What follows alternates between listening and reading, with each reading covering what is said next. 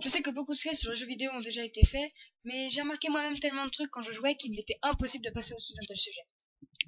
Il nous arrive en général à tous de faire des choses bizarres parfois dans les jeux.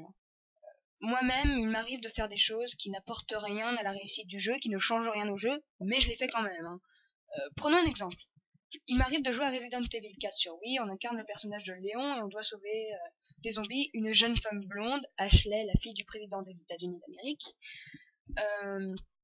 Elle est cachée dans une église, jusque-là tout va bien, hein, situation basique de jeu.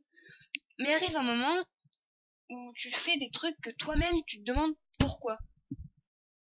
Tu te mets à la visée et tu te poses cette question fatidique.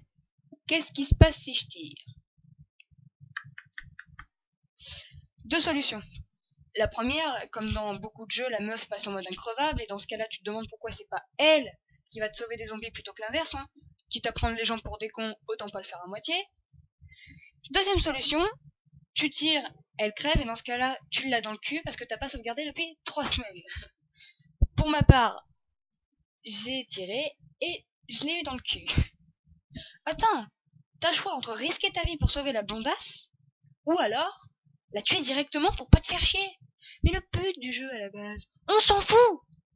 Elle te fait chier la blondasse.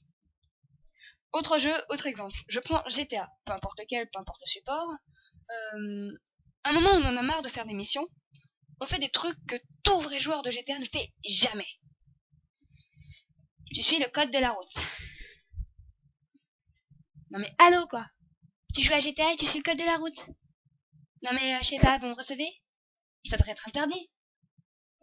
Il y a autre chose aussi que je fais, c'est je cherche les flics. Oui, quand tu sais que les vrais joueurs de GTA, quand ils ont une étoile, ils gueulent et ils pètent un câble, ça fait mal au cul. Bah moi je cherche les 6 étoiles, l'arrivée des chars d'assaut. Consécration. Je monte sur le toit d'une maison, je prends un bazooka et dès qu'il y a une voiture qui passe en dessous, feu d'artifice. Mais il y a pire que tout ça. Le summum. Quand t'es dans ta voiture, bon déjà tu respectes le code de la route, hein, donc première infraction du jeu. T'es dans ta voiture, t'as l'autoradio allumé, et là, tu t'improvises mélomane en refaisant la musique qui passe à l'autoradio avec le klaxon de la voiture. 2 infractions d'un coup en plus, ouais.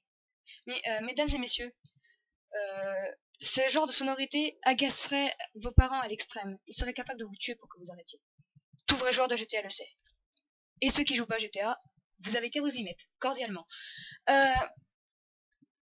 Mais ce jeu a été donc interdit, ou plutôt déconseillé aux moins de 18 ans, parce que y a du sexe, de la drogue, des gangs, tout ça, il y a des armes, donc ils ont peur que les enfants refassent ce qu'il y a dans le jeu. Mais que voulez-vous? Le monde est tellement moche et les situations sont tellement improbables qu'on pourrait très difficilement différencier la vraie vie des jeux vidéo.